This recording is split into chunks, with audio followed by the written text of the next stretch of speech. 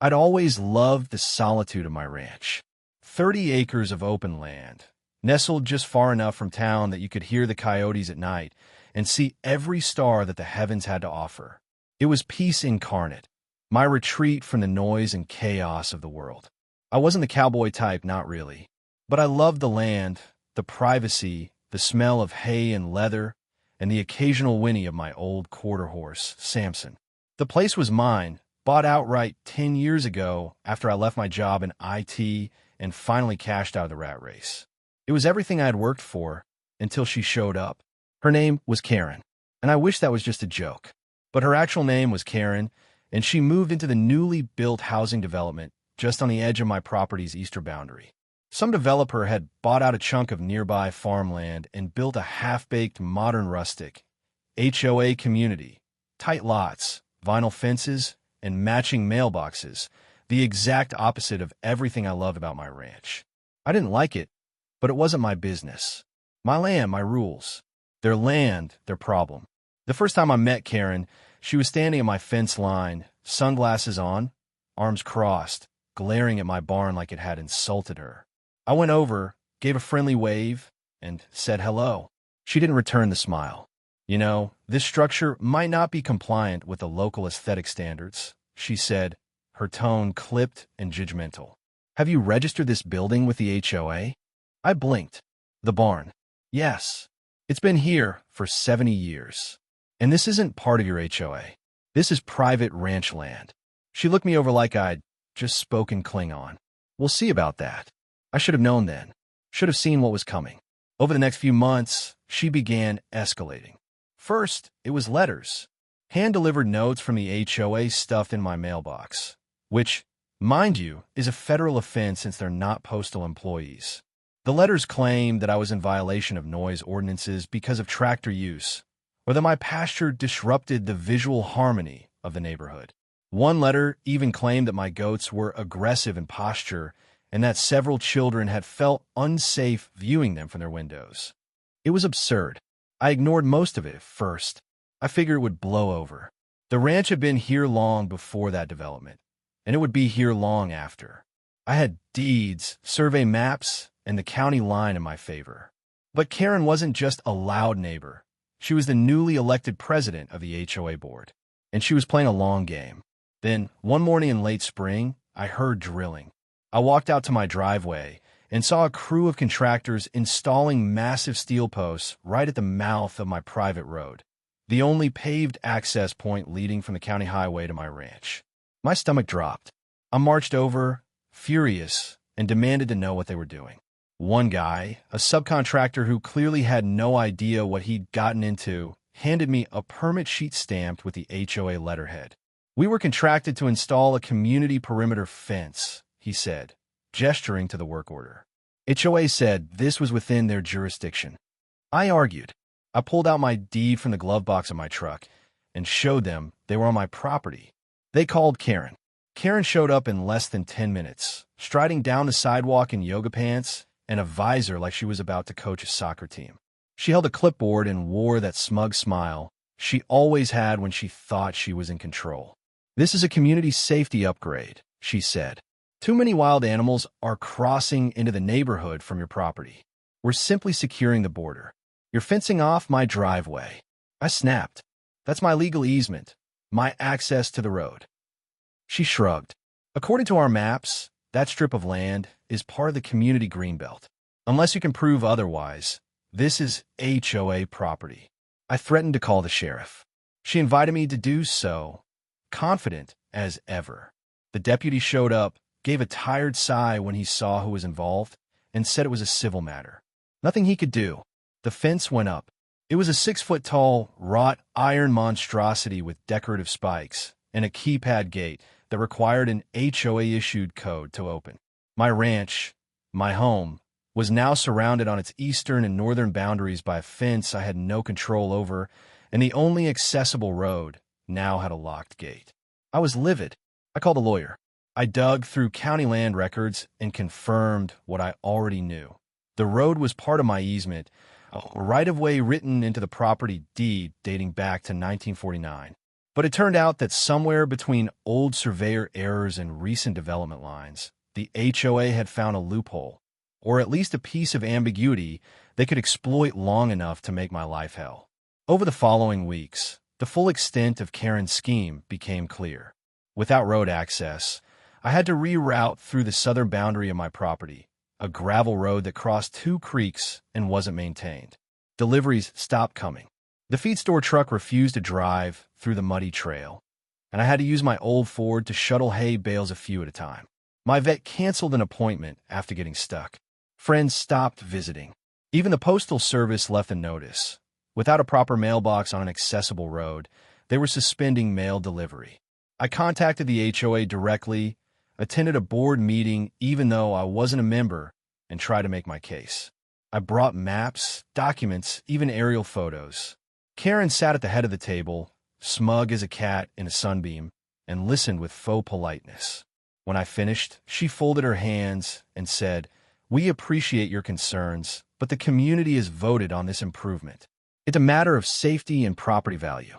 Unless you can provide a court order, we won't be making any changes."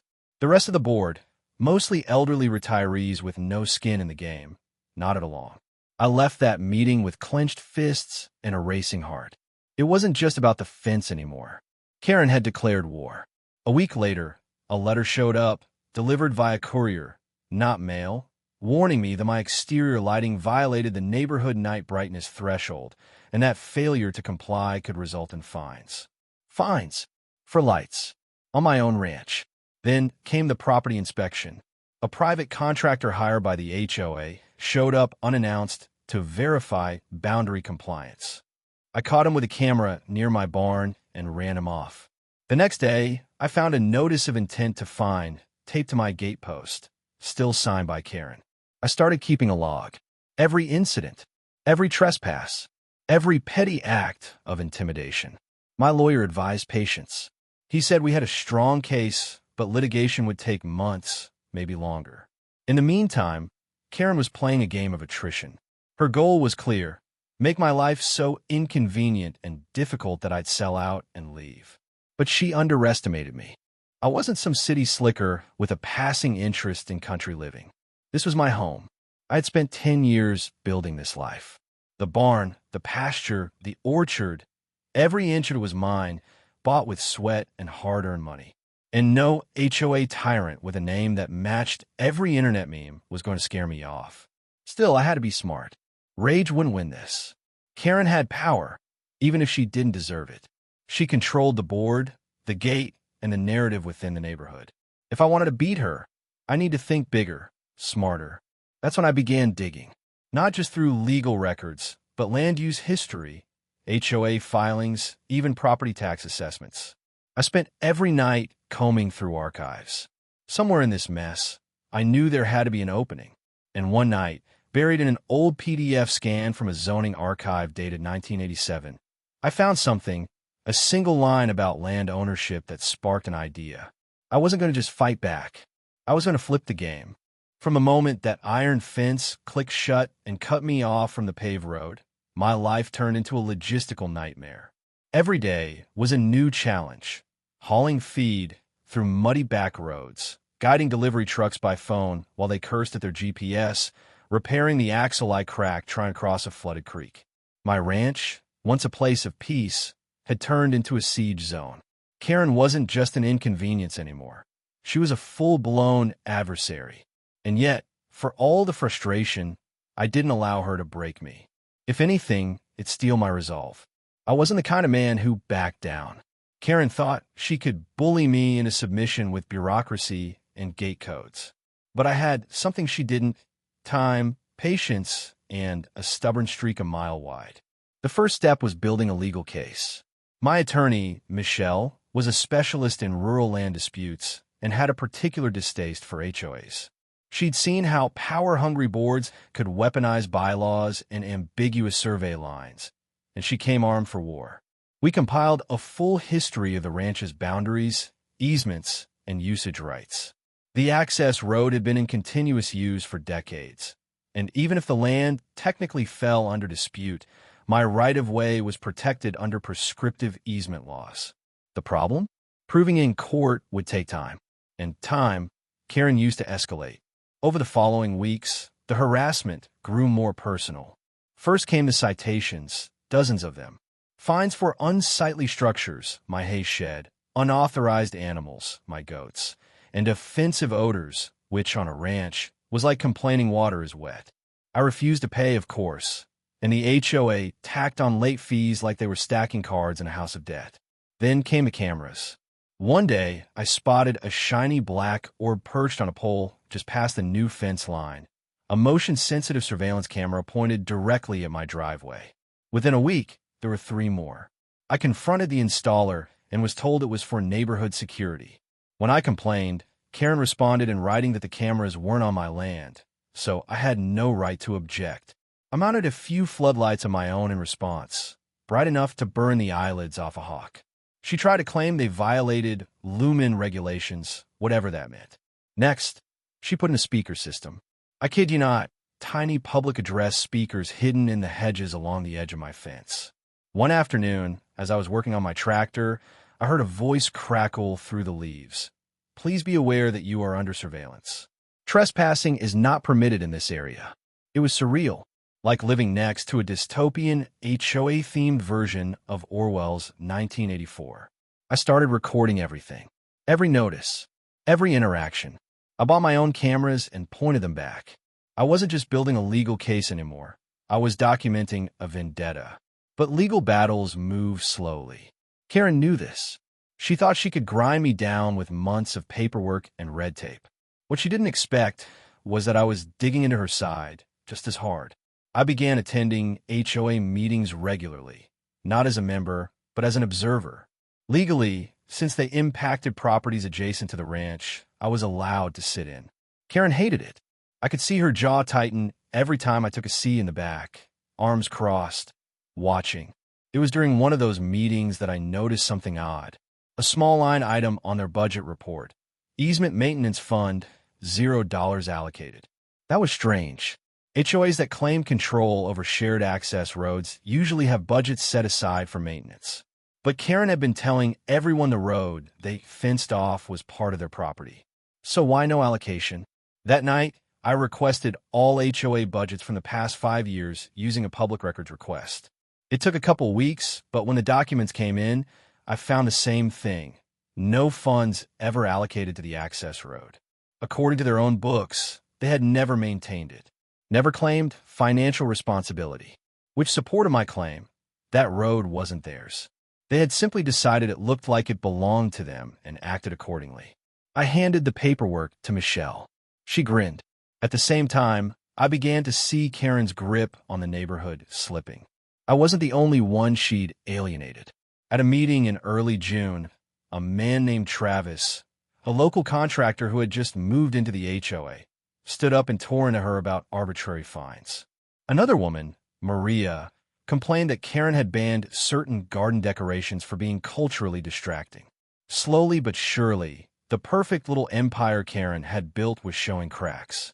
And then came the break I had been waiting for. One evening, while looking through archived land transfer reports from the county recorder's office, I found a footnote in a zoning file. A section of unincorporated land, a 12-acre triangle directly north of my ranch, had recently been reclassified from community-managed space to private trust holding. The kicker?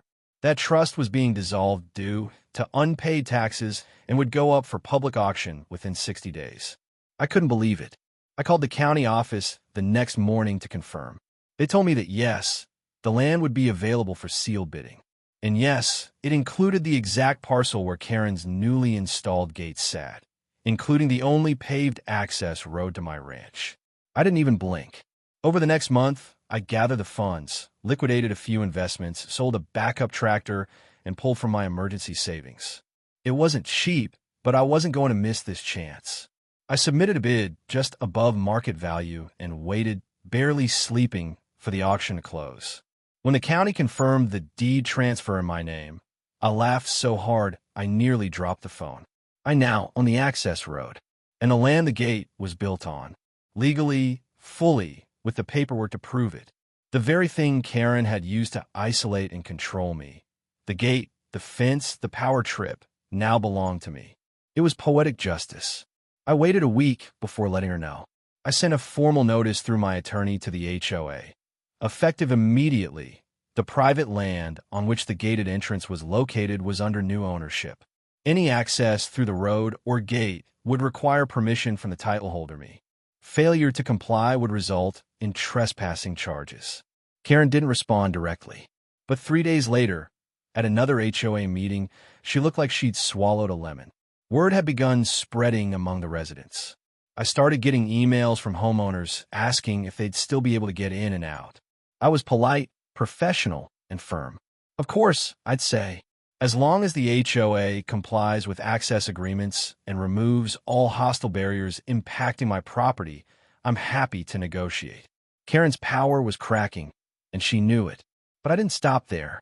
I filed a cease and desist against the HOA for obstruction of easement and unauthorized surveillance.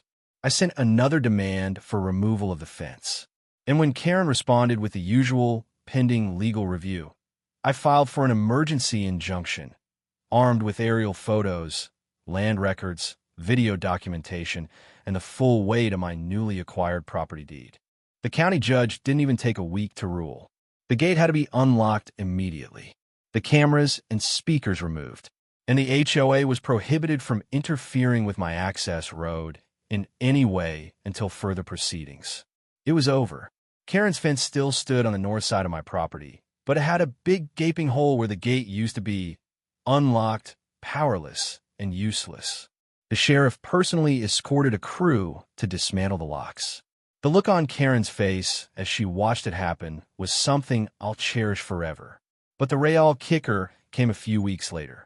The HOA board, under pressure from frustrated homeowners and a growing number of complaints, held an emergency vote. Karen was removed from her position as president.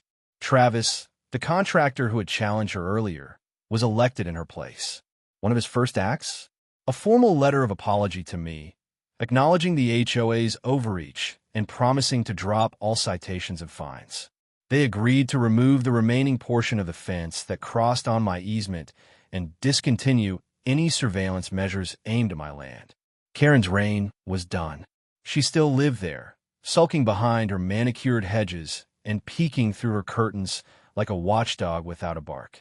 But her power? Gone. And me? I finally had my road back. With the gate gone and the easement restored, peace slowly returned to the ranch, but I knew Karen wasn't done. Not entirely. She still lived just a stone's throw away from my north boundary, lurking in her matching beige home like a disgraced monarch forced into exile. For most people, that might have been enough. The legal victory, the public humiliation, the regained freedom, they would have stopped there. But not me. See, by that point, I'd spent months being harassed, stalked, threatened, and fencing on my own land.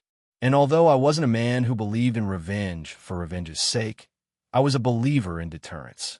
Karen needed a reminder that actions had consequences, and the rest of the HOA needed one too.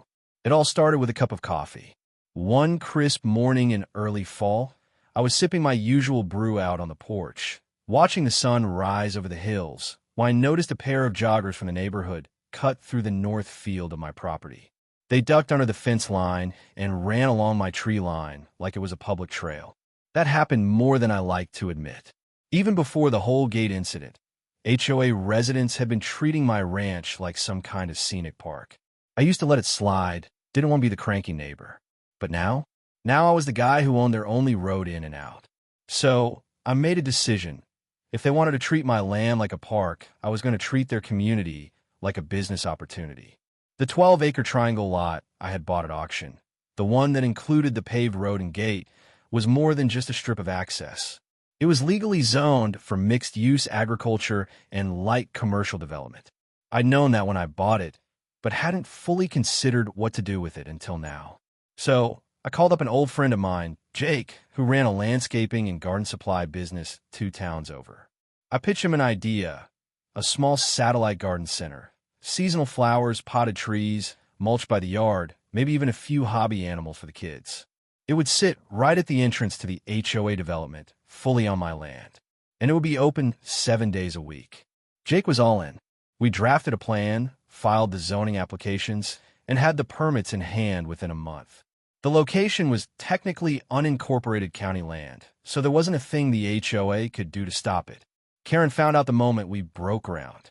She came storming down the sidewalk as if she still had any authority left. "You can't do this," she shouted, as the excavator began clearing a patch for gravel. I smiled, hands in my pockets. "Actually, I can, and I already have the permits." She spluttered, switching tactics. "You'll tank our property values. No one wants to live next to a mulch pit and a goat pen." I didn't even bother to argue. "Well," I said, "maybe the next HOA president should have thought about that before locking me out of my own ranch." Over the next 2 months, we built it. The happy hoof garden and feed supply, complete with rustic signage, free-range hens, and a seasonal pumpkin patch for families. Jake stocked the place with everything from petunias to patio stones, and I handled the livestock side. A few pygmy goats, some rabbits, and a llama named Curtis who had a nasty habit of glaring at people like he knew all their secrets. The store was a hit, not just with the locals, but with people from all over the county. It turned out there weren't many garden centers around, and certainly none that came with a built-in petting zoo and free coffee for shoppers. Kids loved it.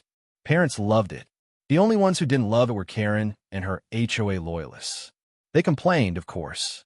First about the noise, then the smell, then the unauthorized signage, as if they had any jurisdiction. They filed so many complaints with the county that a compliance officer came out just to shut them up and left with a bag of fresh eggs and a smile.